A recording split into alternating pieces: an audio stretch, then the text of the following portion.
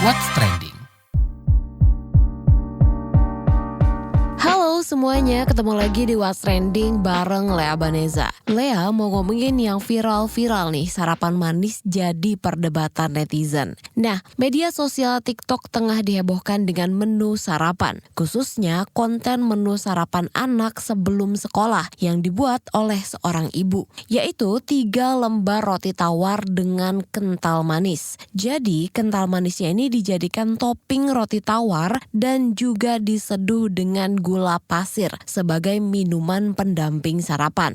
Nah, alasan yang diberikan sang ibu di TikTok itu katanya selagi anaknya mau makan. Dan Lea mau kasih tahu ya, kalau kita ini dalam posisi yang tidak menyalahkan ataupun menyudutkan sang ibu tersebut. Tapi, aku nih mau bahas isi sarapan yang viral dikritik netizen. Apa sih masalahnya dengan menu sarapan itu? Dan seperti apa sarapan terbaik bagi pertumbuhan anak? Kita bakal kupas ini bareng ahli gizi Tan Sotian. Jadi kalian mesti simak nih obrolan kita sampai habis. Tapi sebelum Lea bahas soal makanan yang disorot netizen tadi, kalau kita lihat di media sosial sendiri tuh ada banyak banget loh konten-konten sarapan yang dibagikan sama netizen. Lea spill beberapa menunya ya. Mulai dari menu telur, ada telur rebus, ceplok, dadar, scramble egg, sampai balado. Terus ada juga menu roti, misalnya nih ya, sandwich, toast, dan roti dengan berbagai aneka selai. Nah, selain itu ada juga menu-menu khas Indonesia nih, seperti nasi goreng, nasi uduk, nasi kuning, ataupun yang instan-instan seperti mie instan, sosis, atau nugget.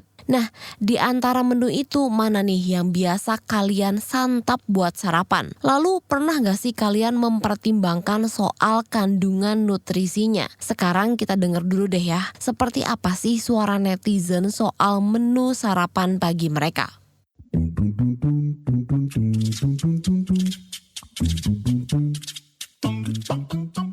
Yang pertama dari @rxx. Dalam rangka memeriahkan gerakan 1 hari tanpa nasi padi yang masih konsisten aku lakukan tiap harinya, aku ingin berbagi menu makanku hari ini. Sarapan pagi ini dengan menu yang sama seperti hari biasanya, jagung, kentang, ubi kukus. Lanjut @valxx. Menu sarapan hari ini, sayur itu wajib. @flxx. Sayur itu emang wajib ada, aku juga gitu. @voxx. Waktunya nyarap, maklum anak kos. Jadi menu sarapan kali ini mie instan. @afxx. Yang masih suka asal-asalan pas sarapan terus ngeluh masih lapar aja, padahal udah sarapan, siapa nih? Coba cek, jangan-jangan menu sarapanmu karbo semua. Misalnya mie instan plus nasi lauk kentang plus bihun plus jagung. Ya pantes gula darah naiknya cepet, turunnya ya cepet juga. Cepet lapar deh. @slxx. Kalau aku biasanya minum jus sih, lumayan cukup kenyang sampai makan siang der. @soxx. Aku dapat meal plan dari ahli gizi aku sih banana smoothies, aka pisang pakai oatmeal sama susu UHT plain. Tapi ini khusus buat aku, menunya udah disesuaiin sama kondisi tubuhku. To be honest, enak banget. @ngexx. Ini guys, sarapan cold press juice aja. Aku sekitar jam 9-an, cukup kenyang buat next makannya di siang. @fabxx. Met pagi ayayo. Biasanya sarapan bubur atau yang ringan-ringan, tapi hari ini lagi pengen makan yang pedas-pedas. Jangan ditiru, karena bangunnya agak siang juga. Ini sarapan sekalian makan siangku. @anxx. Ada yang ngira gue bikin bento dari subuh berjam-jam. Kagak lah, anak masih playgroup, sekolahnya bentar. Jadi bawa bento ya buat snack nyemil jam istirahat. Makannya bawa roti atau jelly atau susu. Pagi sebelum pergi kan sarapan, pulang sampai rumah mamsi yang pakai nasi ikan kembung dan tempe andalan. Yang terakhir @hirxx. Di balik bento anak yang lucu terdapat sarapan mama yang seadanya.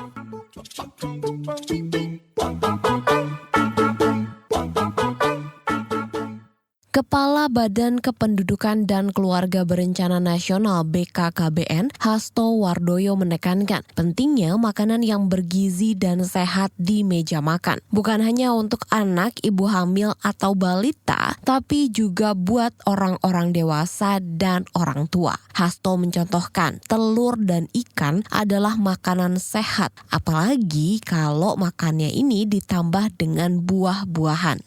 Soal viralnya kasus ini, ahli gizi Tan Sotien memberikan komentarnya kepada KBR. Salah satunya soal betapa tidak sehatnya menu sarapan instan.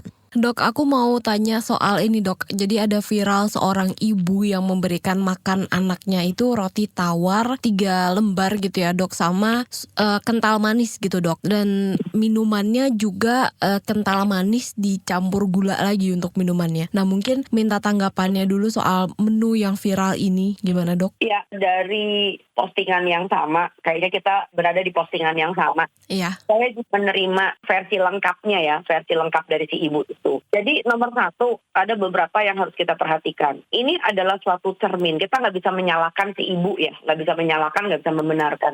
Itu adalah cermin buat kita semua yang terlibat dalam masalah gizi atau nutrisi di Indonesia. Yang menunjukkan bahwa kita itu darurat nutrisi, darurat literasi. Kenapa saya mengatakan demikian? Karena kan dituliskan ibu itu yang penting anaknya kenyang, ya kan? Dia bilang kan yang penting anak gue kenyang. Berikutnya lagi adalah dia itu versi mama-mama yang barangkali kalau dia emang racun. Kalau khusus kenapa dijual? Kan ada BPOM-nya gitu kan ya. Kental manis kan ada BPOM-nya. Maksudnya mengenai bule-bule juga makan roti gitu kan ya. Nah ini menyedihkan sekali. Jadi ibu itu tidak paham bahwa nomor 1 rotinya tuh kan nggak sama seperti roti kalau kita di Jerman gitu loh ya. Roti yang ada beredar di Indonesia itu adalah dari bahan rafinasi. Terigunya aja nggak ada di Indonesia, itu import ya kan. Udah begitu banyak sekali isinya yang enggak pengembang lah, pelembut lah, udah kayak laundry kan itu kan ya. Jadi rotinya kita itu empuk, lembut, putih. So buat saya itu bukan roti, itu adalah produk ultra proses. Apalagi ditambah dengan kental manis, itu adalah produk ultra proses again. Itu adalah gula dengan rasa susu. Jadi sekali lagi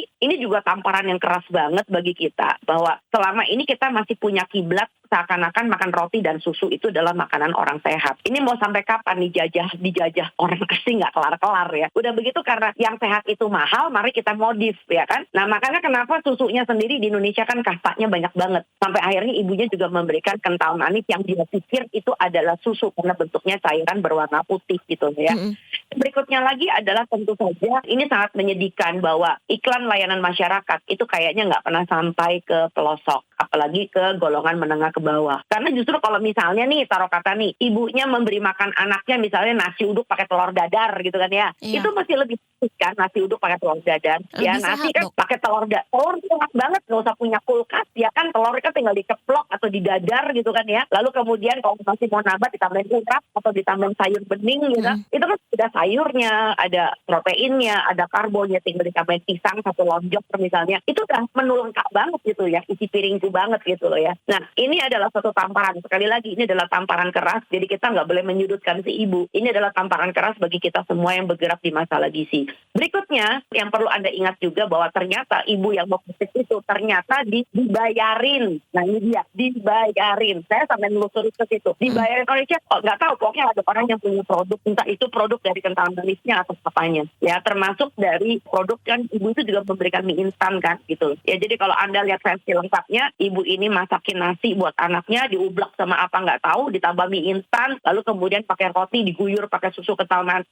manis, dan yang satunya lagi adalah cairan yang kelihatannya putih dan isinya kental manis juga. Kembali pada Anda. Oke. Dok, tapi kalau misalnya ngomongin menu sarapan yang dua-duanya mungkin makanannya sudah berproses tadi gitu ya dok ya, itu sebenarnya salahnya tuh di mana sih dok? Oke, kesalahan dari produk ultra proses adalah berisiko menggantikan pangan utuh. Badan manusia itu kalau mau sehat, Anda perlu makan yang namanya pangan utuh. Jadi misalnya, lebih baik Anda makan nasi daripada tepung beras. Lebih baik Anda makan jagung daripada maizena, si tepung jagung, betul ya? Karena apa? Karena yang Anda dapatkan dari pertepungan itu adalah produk rafinasi. Rafinasi itu artinya adalah ya Anda cuma ambil zat patinya aja. Contoh paling gampang nih jagung ya. Jagung itu sebetulnya sebagai jagung utuh, bulir jagung itu kaya dengan serat, kaya dengan tentu saja karbohidrat, masih ada karotenoidnya karena warnanya kuning, ada proteinnya, bahkan protein jagung lebih banyak daripada beras. Tapi begitu itu dibuat menjadi tepung, semuanya hilang, tinggal satu, zat patinya saja, tepungnya tok. Gitu loh. Ya, jadi Anda bisa bayangkan kalau kita bikin produk dari tepung-tepungan kayak begini, udah ini namanya udah double proses gitu ya. Makanya disebut sebagai produk ultra proses. Dan produk ultra proses di negara manapun nggak bakal bisa diterima sebagai bagian dari makanan sehat. Nah, kita juga mau tahu nih, sarapan yang tergolong sehat dan praktis itu apa sih? Kalau roti-roti yang beredar di Indonesia dianggap kurang bagus nih buat kesehatan. Kita lanjut ya obrolannya dengan Dr. Tan Sotien. Dok, sebenarnya kalau misalnya kita ngomongin menu sarapan itu kan ada banyak sekali konten-konten terkait itu ya. Kalau misalnya makanannya tetap roti dok, tapi mungkin rotinya dipanggang atau dibikin sandwich atau mungkin dikasih selai gitu. Oke, Mbak, nomor 1.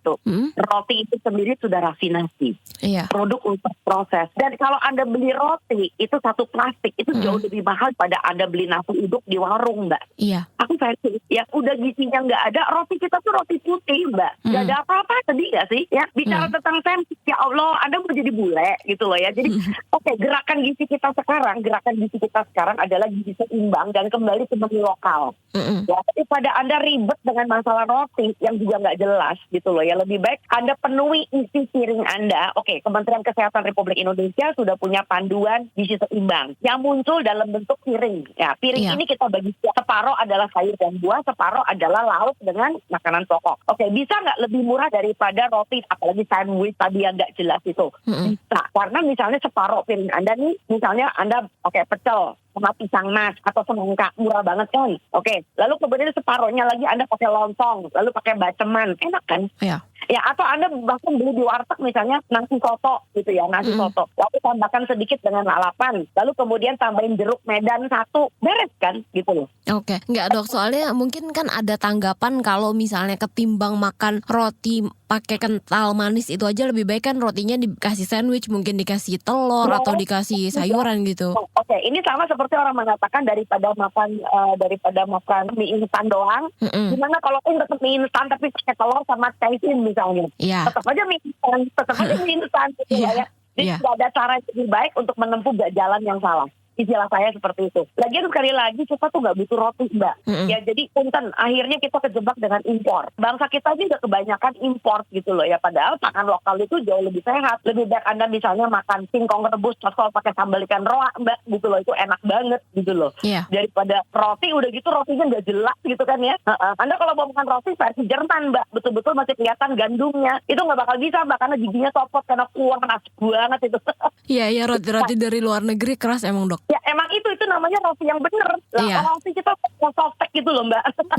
Kan nggak itu roti, namanya itu produk. Makanya aku udah bilang kan sedih banget. Lagian kurang dari 2 jam cuma gula darahmu aja yang meledak. Iya, gitu. Dok, tapi kalau misalnya terkait dengan mungkin menu-menu makanan yang bisa, ini kan kalau ngomongin anak kan kadang anak ada yang susah makan atau gimana gitu dok. Itu sebenarnya mengakalinya atau menu-menu apa aja sih dok yang bisa digunakan supaya anak mau makan? Nomor 1 adalah orang tua jadi contoh apa enggak. Saya kalau ngeliat anak susah makan, pada prinsipnya anak itu nggak susah makan, Mbak. Susah makan karena ada 3 hal. Nomor 1 adalah makanannya. Nah, makanannya misalnya dia itu kesulitan dengan kunyah serat kasar. Ya, jadi nggak bisa makan ayam disuir, dia lepeh. Oke, boleh nggak ayamnya dibikin jadi seperti misalnya perkedel atau ayamnya dibikin bakso ayam gitu loh ya. Jadi ibu sendiri tuh nggak ngerti cara ngolah ayam tuh seperti apa, ngertinya cuma disuir gitu loh. Ya, jadi pertama adalah makanannya. Kedua, anaknya. Nah, ini banyak yang suka luput di kalangan orang Indonesia. Jadi anaknya tuh barangkali punya masalah. Misalnya kalau balita nggak doyan makan, GTM ya kan. Biasanya tuh kalau nggak anaknya tumbuh giginya bermasalah, anaknya karies. Nah, orang kita kan suka melecehkan gigi susu kan. Alah nggak apa-apa, nanti kan tanggal, nanti kan gigi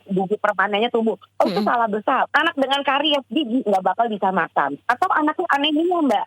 Di Indonesia tuh anak tuh banyak banget, Mbak. Anemia memberi nafsu makan yang buruk. Karena apa? Karena hormon laparnya tidak terbentuk. Jadi lo nggak kasih makan dia 3 hari juga dia udah kayak dewa nggak makan, Mbak.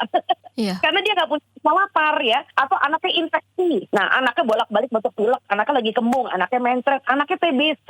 Ya Allah, anak dengan TBC, infeksi itu nggak bakal doyan makan. Nah, yang ketiga tentu saja adalah cara pemberian makan. Nah, cara pemberian makan misalnya gini. Orang tuanya sarapan bareng nggak? Enggak. Karena ketika anaknya bangun, bapaknya udah ke kantor. Mamanya makan nggak? Enggak, lagi diet katanya. Nah, anaknya lalu nyontok siapa? Anaknya nggak punya contohan, betul apa enggak?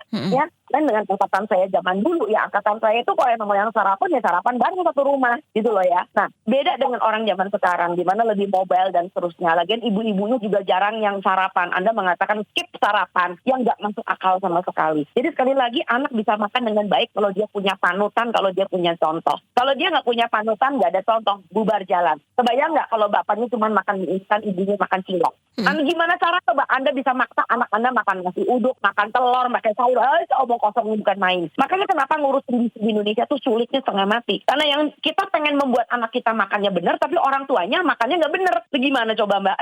Kembali pada Anda. Oke, Dok, tapi kalau untuk meringkas tadi apa yang dokter omongin gitu ya, sebenarnya menu-menu makanan yang sehat dan ala Indonesia yang gampang didapat untuk sarapan dan cocok itu apa aja Dok menunya? Oke, telur itu adalah biasanya makanan yang sangat mudah. Karena orang miskin nggak punya kulkas pun, telur itu tidak perlu disimpan di kulkas. Betul apa enggak? Ya kan? Telur itu kan macam-macam. Bisa di belado, bisa dijadar, bisa di telur ceplok, bisa dibikin telur bubu Bali. Jadi telur itu mudah banget dicari. Kedua, kita pengenal yang namanya soto ya. Anda kalau keliling Indonesia tuh Indonesia punya 40 macam soto. Soto itu dikenal sebagai menu sarapannya orang Jawa sebetulnya. Bahkan kalau Anda pergi ke Sulawesi pun ada yang namanya kapurung. Ya, kapurung itu sejenis makanan berkuah juga. Itu isinya ada udangnya, ada papedanya, itu enaknya bukan main. Jadi sekali lagi dari Sabang sampai Merauke, bahkan soto Medan juga terkenal banget. Kita punya banyak sekali menu-menu yang alhamdulillah sebetulnya masih dijual di warung. Nah, alangkah baiknya kalau menu warung itu bisa kita copy juga di rumah. Jadi Anda bikin secara rumah tangga gitu loh. Oke, dokter, ini kan sebenarnya kalau kita ngeliat postingan-postingan tadi di TikTok, itu kan ada mention atau ada keterangan yang penting anaknya doyan makan banyak atau nggak rewel gitu. Nah, sebenarnya seberapa penting sih dok sarapan dan kenapa mesti sehat gitu? Iya, pertama demikian. Kita tidak mau menciptakan generasi gendut tapi pendek. Itu yang bahaya. Gendut tapi pendek itu adalah stunting, Mbak. Jadi kalau stunting itu artinya adalah tinggi badan tidak sesuai dengan usianya. Nah, Anda bisa bayangkan kalau di kemudian hari kita mempunyai anak-anak yang cuman makan apa yang dia doyan. Ini, apa yang dia doyan, tapi badannya nggak butuh. Dan punten apa yang dia doyan itu biasanya makanan-makanan yang rasanya amburadul. Pertama biasanya manis. Manis itu membuat anaknya gemuk, anaknya doyan, kecanduan, bahkan makin hari gulanya bakal makin banyak karena itu sifatnya mencandu. Dan yang kedua adalah makanan-makanan gurih ya. Makanan gurih itu kayak dengan bumbu masak buatan. Entah itu kalian menyebutnya sebagai micin lah, kecap lah, apalah, nggak penting banget gitu loh ya. Dan yang ketiga yang kita ngeri adalah kita sedang membentuk referensi dan preferensi pola makan anak di kemudian hari. Anda bisa bayangkan kalau dari kecil anak sudah terbiasa dengan makanan yang manis dan gorengan. Nah, menurut Anda begitu dia masuk remaja dan jadi remaja bulat ya, bulat artinya gemuk, obes ya, ditambah lagi dengan apa ya namanya ya, dia punya hipertensi, punya diabetes dini. Ini kita mau ke sana Mbak. Itu jaminan kesehatan kita, BPJS kita dijebol ya Mbak, gitu loh ya. Jadi nggak mungkin karena kalau anak cuma sekedar ngikutin apa maunya anak makan, waduh bisa tiap hari anak ini makan jajanan gitu loh ya. Tapi pertanyaannya adalah bergizi tidak cuma bikin dia kenyang dan bikin dia gemuk. Dan kalau gemuk orang tuanya berasa tenang, tapi anaknya tidak tumbuh ke atas. Ya, jadi yang disebut dengan pola makan yang sehat bagi anak-anak adalah yang sesuai dengan usia pertumbuhannya. Jadi tumbuh itu ke atas Mbak, bukan ke samping. Masya Allah, itu aja. Oke, berarti selain ini membentuk habit dari si anak dalam persoalan makan, tapi juga mengganggu pertumbuhan si anak ya dok ya? Ya, mengganggu dan akan menciptakan penyakit tidak menular di kemudian hari, PTM, penyakit tidak menular. Ya. Nah, penyakit tidak menular di usia remaja itu macam-macam banget, dari obesitas, berkembang menjadi diabetes dini, hipertensi, metabolic syndrome, artinya kolesterolnya jelek, sampai dengan anak-anak perempuan itu mereka menjadi remaja dini, artinya menjadi menstruasinya lebih cepat, lalu kemudian ada gangguan hormonal, punten Mbak, gangguan hormonal, dan akhirnya mereka menjadi remaja-remaja yang kemudian hari punya kesulitan punya anak karena PCOS tadi, ya gangguan hormon yang menyebabkan uterusnya bermasalah. Itu maka kita tuh bisa ke depan gitu, bukan tentang hari ini. Kalau mau bikin anak makan kenyang ya itu mah gampang. Kembali pada Anda. Oke, berarti cuman dari makanan dan sarapan aja ini bisa berdampak terhadap jangka panjang si anak itu ya dok ya? Jangka pendek bermasalah, jangka panjang juga bermasalah. Iya. Makanan yang manis dan apa-apa yang seperti Anda lihat di TikTok itu akan membuat anak rentan dengan infeksi. Dengerin, rentan dengan infeksi. Hati-hati banget. Karena apa? Karena itu mengundang gangguan pencernaan juga ya, termasuk flora normal di dalam usus besar, yaitu pada makanan-makanan ultra proses itu akan mengganggu Anda punya mikroprobiotik ya di dalam susu sapi. Oke, Dok, mungkin terakhir nih Dok, ketika kita mau memberikan sarapan atau membeli gitu ya Dok, sarapan di luar untuk anak, apa aja nih Dok yang mesti diperhatikan lagi gitu, dan mungkin masih ada kekeliruan anggapan di masyarakat itu apa aja sih Dok? Nomor 1, makanan yang terbaik tentu bikinan rumah. Dan masak sendiri di rumah itu nggak ribet kok. Kalau cuma pagi hari Anda cuma kasih anaknya telur ceplok pakai nasi, ditambah dengan 1 iris 2 iris ketimun, ya ditambah dengan pisang mas, itu udah jauh lebih sehat Mbak. Jujur ngomong gitu loh, itu udah lebih sehat. Apalagi makanya kan saya mengatakan hidup itu mesti berencana supaya nggak jadi bencana. Cobalah jadi orang tua itu bisa merancang menu selama 1 minggu. Sebab dengan demikian bukan cuma sekedar kita berencana, tapi juga keuangan keluarga menjadi lebih hemat. Karena jujur ngomong masak sendiri jauh lebih hemat. Karena Anda sekali masak bukan cuma buat anak, tapi juga buat bapaknya, buat ibunya juga, buat kakak-kakaknya si anak, buat bawa bekal ke sekolah gitu loh ya. Jadi dengan 5.000 atau 10.000 Anda bisa beli untuk bahan makanan untuk hari itu. Ya telur harganya berapa sih begitu ya. Kangkung harganya berapa sih gitu loh. Ya jadi sekali lagi ini adalah kembali kepada bagaimana seorang perempuan itu mempunyai pemberdayaan dan mempunyai literasi tentang gizi keluarga. Ini menjadi penting banget. Kembali pada Anda. Oke, baik Dokter Tan, terima kasih banyak ya Dok ya. Ya, dengan senang hati Mbak Yus. Jumlah penggunaan media sosial X meningkat 113,7%. Peningkatan ini digadang-gadang lantaran resmi mengizinkan konten pornografi di platformnya. Terungkap jumlah kunjungan situs X di bulan April hanya 100,7 juta dan merangkak di bulan Mei 2024 mencapai 2,7 miliar dan di bulan Juni mencapai 5,7 miliar kunjungan. Ini membuat X menjadi platform ranking 5 sebagai platform yang paling sering dikunjungi. Meski begitu, jumlah kunjungan X masih kalah ketimbang Google, YouTube, Facebook, dan Instagram. Selain itu, konten dewasa dan pornografi jadi topik yang paling sering dicari di X. Riset dari Pusat Penelitian Hewan Royal Veterinary College RVC Inggris mengungkap kuda Nil mampu terbang kala bergerak dengan kecepatan tinggi di darat. Berdasarkan laporan yang diterbitkan di jurnal, Pirji menyatakan hewan yang beratnya bisa bertonton ini mampu bergerak dengan cepat. Analisis video menunjukkan 169 siklus gerakan dari 32 kuda Nil. Hasil analisis menunjukkan 15% langkahnya tak menjejak tanah alias terbang. Namun kuda Nil cenderung bergerak ketika ada hal yang memotivasi. Misalnya ada pesaing atau predator yang mengincarnya. Industri pernikahan menjadi tambang uang di India lantaran mampu mengerek perekonomian negara tersebut. Beberapa crazy rich dan orang-orang tersohor di India pun kerap menggelar acara pernikahan nan mewah. Dikabarkan orang-orang di India tak segan merogoh kocek dalam-dalam demi menggelar pernikahan impiannya. Beberapa sektor ekonomi yang ada di pernikahan adalah makanan, dekorasi, sampai pakaian. Sebut saja pasangan Achin dan Divya yang biaya pernikahannya diasumsikan lebih dari 389,3 juta rupiah. Tercatat nilai pernikahan di India mencapai 130 miliar US dollar per tahunnya. Tren pernikahannya juga mulai bergeser ke acara yang lebih intim dan pengeluaran per tamunya semakin besar.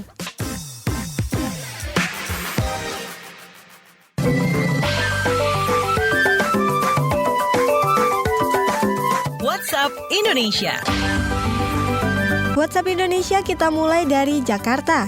Kementerian Kesehatan Kemenkes bakal memberikan label warna atau color guide untuk menunjukkan kadar kandungan gula di minuman kemasan. Ini disampaikan Menteri Kesehatan Budi Gunadi Sadikin. Budi mengatakan pihaknya sudah membuat aturan dan meeting dengan BPOM. Budi mencontohkan negara Singapura yang memberikan label merah, kuning, hijau di produk-produk kemasannya. Dia memprediksikan aturan baru ini bakal menuai beragam reaksi, termasuk protes dari industri produk kemasan. Namun dia berharap pemberian label bisa membuat masyarakat lebih memperhatikan kandungan gula pada produk yang dibelinya. Lantaran menurut Budi tingkat konsumsi minuman berpemanis cukup tinggi di Indonesia. Selanjutnya ke Jawa Barat. Tim kuasa hukum Peggy Setiawan menuntut ganti rugi ratusan juta rupiah ke Polda Jawa Barat usai gugatan pra-peradilannya dikabulkan. Dikutip dari Antara, jumlah ganti rugi meliputi 2 sepeda motor yang ditahan Polda dan penghasilan yang hilang selama 3 bulan. Peggy bekerja sebagai kuli bangunan dengan pendapatan sekitar 5 juta per bulan. Menurut kuasa hukum Peggy, Tony RM, kliennya selama ini menjadi tumpuan hidup keluarga. Ia menopang kebutuhan sehari-hari dan membiayai pendidikan kedua adiknya. Seperti diberitakan sebelumnya, Hakim Tunggal PN Bandung Eman Sulaiman mengabulkan gugatan pra-peradilan Peggy terhadap Polda Jabar. Karenanya, penetapan Peggy sebagai tersangka pembunuhan Vina dan Rizky batal demi hukum. Terakhir ke Bengkulu. Madrasah Ibtidaiyah Negeri MIN 1 Kota Bengkulu mengalami krisis ruang belajar. Kekurangan ruang kelas memaksa murid membagi satu ruang kelas menjadi 2 ruangan belajar. Kondisi ini terjadi di Desa Pondok Kubang, Kecamatan Pondok Kubang, Kabupaten Bengkulu Tengah, Provinsi Bengkulu. Menurut Kepala MIN 1 Bengkulu Tengah Emiati, persoalan ini terjadi karena minat orang tua menitipkan anak-anak mereka di MIN 1 Bengkulu Tengah meningkat pesat. Namun penambahan siswa ini menghadirkan tantangan baru. Dengan jumlah rombongan belajar yang kini menjadi 8 rombel, sementara jumlah ruang kelas hanya 6. Sekolah harus melakukan penyekatan pada 3 ruang kelas untuk menciptakan ruang belajar tambahan dan perpustakaan. Demikian WhatsApp Indonesia hari ini. Nah, kalau kalian suka pembahasan soal sarapan sehat seperti ini, kalian juga bisa loh dengerin podcast Disko Diskusi Psikologi yang membahas makanan yang baik buat kesehatan mental dan bisa mengatasi bad mood. Dengerin ya podcast Disko episode Food and Mood Booster di platform mendengarkan podcast kesayangan kamu. Sebelum saya tutup nih perjumpaan kita hari ini, bantu kami yuk untuk mengenal kamu lebih dekat lagi. Kunjungi website kbrprime.id untuk mengisi survei pendengar dan dapatkan official merchandise KBR Media buat kamu yang beruntung. Periode survei ini akan berlangsung hingga 30 Juli 2024. Terima kasih ya sudah mendengarkan What's Trending bareng Lea. Dan jangan lupa terus dengarkan podcast ini di kbrprime.id dan aplikasi mendengarkan podcast lainnya. Lea mau pamit dulu, stay safe and happy. Bye-bye. Kamu lagi dengerin podcast What's Trending.